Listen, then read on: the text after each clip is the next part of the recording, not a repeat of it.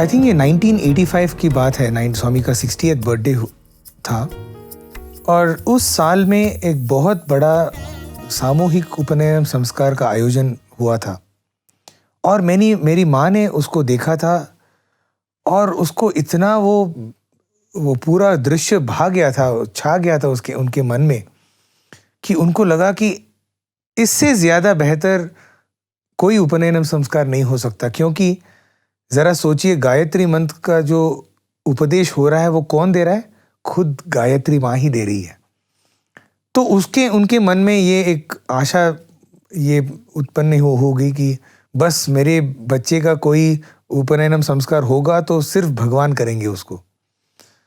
तो उस टाइम से वो एकदम प्रबल वो उनकी प्रार्थना हुई थी। और 1988 में जब मेरे ग्रैंडफादर वगैरह, मेरे दादाजी, नाना जी सब आए थे यहाँ पे, तो उनको एक मौका मिला था स्वामी से प्रार्थना करने के लिए। और उस प्रार्थना में जो पहला वाला जो हमारा इंटरव्यू था, उसमें हम सब लोगों को इंटरव्यू मिला था और उसमें मेरे माताजी ने स्वामी को से प्रार्थना की थी कि स्वामी आपको इसका उपनयनम करना है। तो स्वामी ने बोला, अरे इसकी क्या बात है, बिल्कुल कर दूंगा मैं। और स्वामी ने हमको एक तारीख दे दी 2-3 दिन के बाद वाली। वो अच्छा दिन है, बोला गुरुवार का दिन है, कर देंगे स्वामी बोले। तो ये तो हमारे लिए तो बहुत बड़ा एक सौभाग्य का दिन था। तो मुझे अभी तक याद है कि जितने सारे हमारे रिश्तेदार थे जो आ सकते थे 2-3 दिन में, और तब तो कोई फ्लाइट वगैरह नहीं थी, तो डायरेक्ट ट्रेन से ही आना पड़ता था। तो सब जितने सारे हमारे रिश्तेदार थे ओवरनाइट शोलापुर, पूना, बॉम्बे से सब आए थे। 20-25 लोग यहाँ पे इकट्ठे हुए थे और गुरुवार का दिन था। सुबह हम लोग सब तैयार होके 3-3, 4-4 ट्रे लेके हम सब बैठे थे और स्वामी आते हैं दर्शन के लिए। पूरा दर्शन लेते हैं। मैं पहले लाइन में बैठा हूँ, बिल्कुल मेरे ओर देखते भी नहीं है, बस चले जाते हैं। ऑफ कोर्स स्वामी ने बोला है, हम सब पूरे रेडी होके आए हैं, लेकिन हमारे रिश्तेदारों को लगा अरे ये ऐसे कैसे हो सकता है। मतलब उन्होंने ही तारीख दी थी और उनको पता नहीं कि स्वामी का जो टाइम होराइजन होता है वो बहुत अलग होता है। उनका वक्त जब भगवान चाहते हैं तो वक्त उनके हिसाब से चलता है। तो सब एक ही दिन के लिए आए थे। तो जैसे 1-2 दिन बीत गए, मेरे सब रिश्तेदार चले गए और मेरे जितने मामा वगैरह थे वो बोलने लगे, मेरी माँ को बोलने लगे, तो इतना जिद मत कर कि स्वामी ने ही करना है, बस हम लोग सब आ गए हैं, स्वामी ने नहीं किया तो भी क्या है, गणेश महाराज, जो गणेश यहाँ पे जो टेम्पल है उसके सामने कर देंगे, भगवान का ही घर है काइंड ऑफ। तो लेकिन मेरी माँ बोलती थी नहीं, स्वामी ने बोला है मतलब स्वामी ही करेंगे। तो सबको जाना पड़ा फिर, क्योंकि 1-2 दिन, ज़्यादा से ज़्यादा 1-2 दिन हम लोग, मेरे रिश्तेदार यहाँ पे रह सकते थे। तो उन्होंने, सब लोगों ने तो अपना रिटर्न टिकट वगैरह सब बुक कर लिया, तो सब चले गए। अल्टीमेटली इनफैक्ट मतलब ऐसी वो हालत थी कि मेरे पिताजी जो बहरीन में थे वो भी आ नहीं पाए उस दिन के लिए। बाकी सब रिश्तेदार थे हमारे। फाइनली मेरे ग्रैंडफादर, मेरी मदर, मेरी सिस्टर और मैं, सिर्फ हम 4 यहाँ पे रुके हुए थे। 4-5 दिन बीत गए और हम लोगों ने सब आशा वगैरह छोड़ दी थी कि अभी स्वामी नहीं करेंगे, अभी 4-5 दिन के बाद कोई नहीं है, क्या मतलब कुछ तारीख वारीख कुछ नहीं, कुछ मुहूर्त वगैरह कुछ नहीं है। तो मैं और मेरे नाना जी हम धर्मावरम चले गए थे टिकट बुक करने के लिए, वापस जाने के लिए, क्योंकि 4-5 दिन हम लोगों ने यहाँ पे बिताए थे, अभी जाने का वक्त हो गया। तो उस दिन सुबह स्वामी का दर्शन सब खत्म हुआ। इंटरव्यू होने के बाद स्वामी और एक राउंड के लिए जा रहे थे। मेरी माँ वहाँ पे बैठी थी, वो तो अपने आँख बंद करके बैठी थी, उसको पता भी नहीं था कि स्वामी आ रहे हैं दर्शन के लिए। और डायरेक्ट स्वामी मेरी माँ के पास आते हैं और बोलते हैं, ए माता जी किधर है तुम, हम तुमको कितना देखता है, तुम इधर नहीं है ऐसा। और मेरी माता जी, स्वामी हम तो पूरा बैठे थे, 20-20 लोग पूरा पट्टू साड़ी वगैरह डाल के बैठे थे। मतलब ऐसा नहीं बोली, लेकिन उसके मन में यही चल रहा था कि स्वामी कैसे बोल रहे हैं कि उन्होंने हमको देखा ही नहीं, क्योंकि हम लोग सब पहली लाइन में बैठे थे। तो स्वामी ऐसा बोल रहे हैं ना, देखिए स्वामी भी कैसा भक्तों के साथ कैसे खेलते हैं। देखा ही नहीं, कितना हम तुमको देखता है, तुम इधर नहीं है, अब क्या कर सकता है, स्वामी बोलते हैं। तो मेरी माँ बस अपने हाथ जोड़कर, स्वामी आप जो चाहते हैं।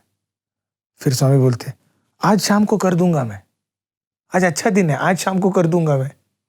अभी हम लोग, मैं और मेरे नाना जी धर्मावरम में, तो ये बोल के, और फिर स्वामी शौरी आंटी जो वहाँ पे, जो यहाँ पे काम करती हैं, आश्रम का पूरा धर्म, जो मंदिर का जो पूरा देखभाल वो करती थी, स्वामी उनको बुला के बोलते हैं कि इनको पहली लाइन में बिठाना आज शाम को।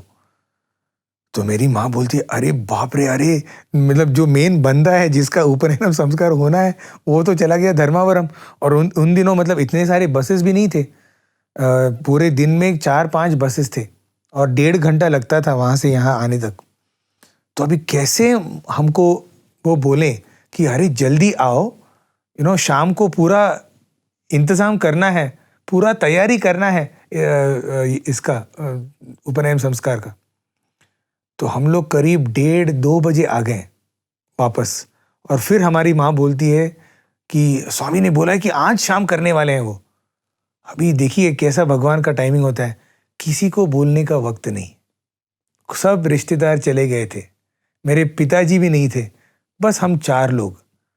तो बस मैंने जो भी धोती वगैरह थी वो सब अंग वस्त्र वगैरह डाल के बैठ गया मैं। कोई बड़ा पैराफर्नेलिया, कोई अरेंजमेंट बड़ा कुछ नहीं, बस एक ट्रे लेकर हम लोग बैठे थे। और किसी ने बोला था कि तुम जो जनेऊ होता है, जो थ्रेड होता है, वो आप भी एक रख लो, स्वामी देंगे, लेकिन स्वामी ने नहीं दिया तो आपके पास एक होना चाहिए। सो बस थोड़ा सा कुमकुम, थोड़ा सा चंदन, थोड़ा हल्दी, एक जनेऊ, थोड़ा सा पानी, ये करने के लिए, अर्घ लेने के लिए, बस उतना एक ट्रे में हम लोग बैठे थे। और जैसे स्वामी आते हैं उस दिन शाम को, हमको अंदर बुलाते हैं, मेरी माँ को वहाँ से। तो जैसे मैंने माँ को देखा, मैं भी चला गया अंदर। और उस दिन मेरा 1989 में मेरा स्वामी ने थ्रेड सेरेमनी किया, और मेरे लिए वो मेरे पूरे ज़िंदगी का सबसे सुनहरा दिन है, क्योंकि स्वामी ने खुद मुझे ब्रह्मोपदेश दिया था।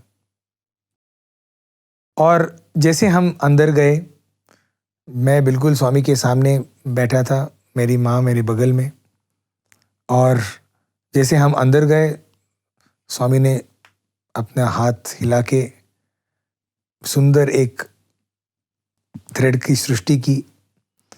तो आप जैसे जानते होंगे कि जब भी कभी उपनयनम संस्कार होता है तो माता पिता और जो जिसका उपनयनम होने वाला है वो उस धागे को ऐसे पकड़ के बैठते हैं।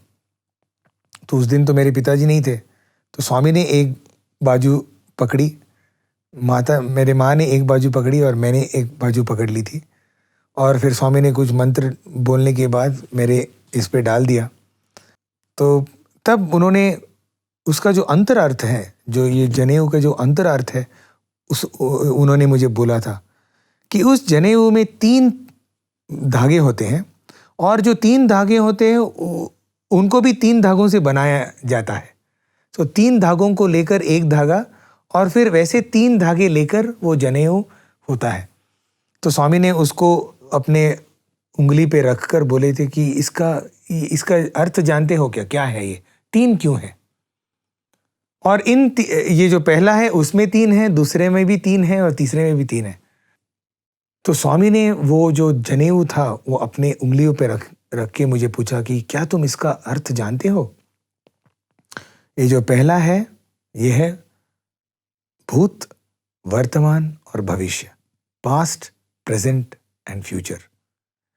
ये जो दूसरा है ये है त्रिमूर्ति, ब्रह्मा, विष्णु और महेश्वर। एंड ये जो तीसरा है वो है त्रिगुण, सत्व, रजस और तमस। और फिर स्वामी ने बोला कि ये त्रिकाल में, ये तीनों कालों में यदि तुम इन त्रिमूर्तियों का ध्यान करोगे तो तुम इस त्रिगुण से रहित हो जाओगे। इसी का ये अंतरार्थ है। फिर स्वामी पूछने लगे, अभी ये तो मैंने बाल विकास मैंने काफ़ी अटेंड किया है, उनके पूरे क्लासेस मैंने अटेंड किए हैं। फिर स्वामी मुझे पूछने लगे, गायत्री के कितने मुख हैं? तो मैं तो एकदम मतलब मेरा पूरा ब्लैंक था उस टाइम। मेरा पूरा मन मतलब कुछ चल नहीं रहा था।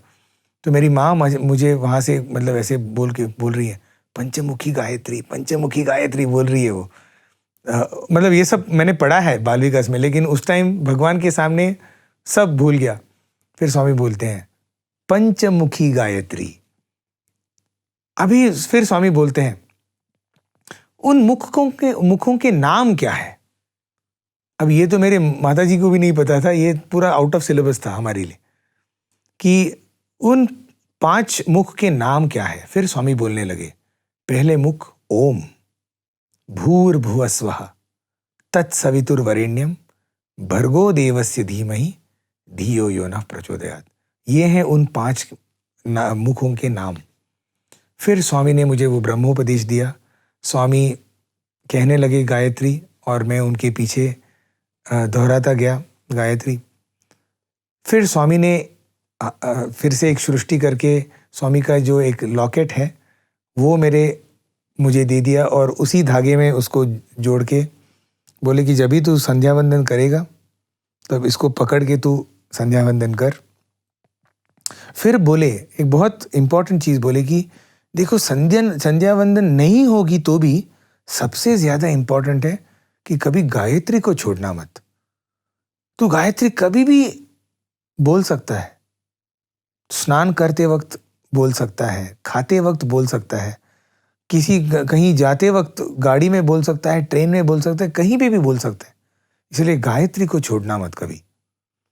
फिर स्वामी कहने लगे कि तुम्हारा इष्ट देवत कौन है?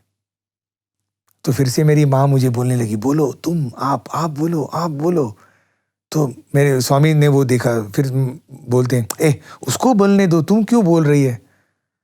तो फिर स्वामी ने फिर से सृष्टि करके एक लिंगम हमको दिया था मेरे उपनयनम के इस पे, और स्वामी ने बोला इस पे अभिषेक करके उसका पानी पी लो। तो फिर उसके बाद ऑफ कोर्स मेरे दादाजी, मेरे नाना जी भी थे उस टाइम, तो उनको स्वामी का जो पाद पूजा करने का वो भी सुनहरा अवसर मिला। ये मैं कह सकता हूँ कि ये जो मेरी ज़िंदगी का सबसे बड़ा तोहफा जो स्वामी ने मुझे दिया था वो है इस गायत्री मंत्र का तोहफा, जो अभी तक मतलब मेरे ज़्यादा प्रयत्न न करने से भी वो मेरे जीवन और मेरे पूरे दिन का एक बहुत बड़ा हिस्सा बन गया है। जब भी कभी मेरे जीवन में कौन सी भी समस्याएं आती हैं, कितने भी चैलेंजेस आते हैं, इमीडिएटली मेरा गायत्री मंत्र चालू हो ही जाता है। तो उसमें मेरी कुछ बड़ी बात नहीं है, मैं यही बोलूँगा कि ये एक तोहफा था जो भगवान ने मुझे दिया है, और वही मेरे साथ सदैव वो बरकरार है मेरे ज़िंदगी में, जो मुझे हर वक्त हर ज़िंदगी के मोड़ पे मुझे मार्गदर्शन करते रहता है।